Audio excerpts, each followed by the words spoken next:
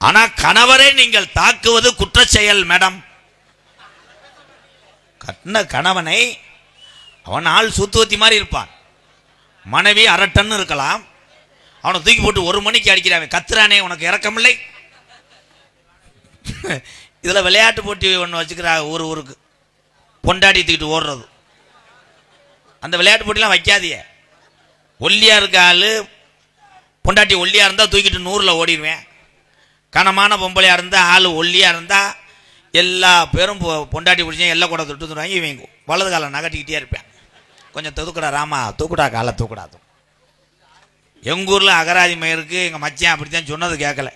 பக்கத்து ஊரில் பொண்டாட்டியை தூக்கிட்டு ஓடினாங்க. நம்ம அப்படி வைக்கக்கூடாது மாப்பிள்ளைன்றார். எப்படி வைக்க போறிய? 1 கிலோமீட்டருக்கு அங்கிட்டு பொண்டாட்டியை நிப்பாட்டிடுவான். புரிஞ்சம் பூரா இங்கேருந்து விசில் அடித்தா ஓடி போய் தூக்கிட்டு வரணும்ட்டேன். அதை ஒருத்தன் அடுத்த பொண்டாட்டியை நோங்கியிருக்கேன், அது தெரியல. புரின்னு விசில் அடிக்க விருன்னு தூக்கிட்டு என் வீட்டில் கிளம்பிட்டேன். அப்புறம் ஊரோட வந்து அவரை செருப்பிட்டு அடித்து அதில் வந்தேன் இவன். சரி, எவன் இதில் விழுகுதோ என்ன சனியை முடிச்சு என் தலையிலான செருப்பு விழுகு. தாய் வித்தது போதும், நான் தான் காசு கொடுத்ததில்ல, கிட்ட வா, மிச்சத்தை நான் தர்றேன், கொண்டு போய் கொடுத்துட்டு போ. என்ன வித்து? அப்படியே பெரிய கலெக்டருக்கு படிக்க போகிறேன். வித்து அந்த மகளுக்கு கொடுக்குற அந்த பிள்ளை எப்போ கரையேற்றுறாங்க? தாய் கிளை கிடையாது தம்பி, நீ பெரிய ரூல்ஸ் மயிரெல்லாம் பேசக்கூடாது. அது தாய் கிளை ராதியாவா? எங்கள் ஆத்தா தேனி குஞ்சரம்மா அக்கா மக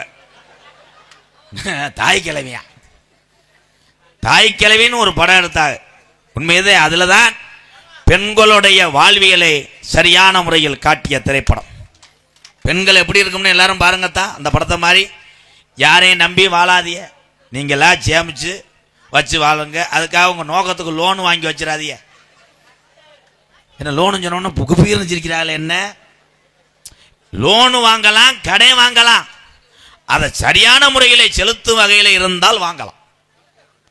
லோனுக்காரன் காலையில் 5 மணிக்கு வரேன்னா நீ 3 மணிக்கு சீமக்கரவு தூரில் போய் உட்காந்துக்கிற. பிள்ளைகிட்ட சொல்லிடுறான், அம்மாவுக்கு வயிற்றாலைன்னு சொல்லுப்பா, லோனுக்காரன் வந்துட்டேன். உடனே இவங்க அங்கிள் எங்கள் அம்மாவுக்கு 2 நாளாக வயிற்றாலை. அவன் சொல்கிறேன், எனக்கு 3 நாளாக வயிற்றாலை, நான் போகவே மாட்டேன்னு மாசல்ல படுத்துறேன். இதில் 2 மட்டும் இல்லைன்னா நீங்கள் சுதந்திரமாக எங்கே வேணால் வாழலாம்.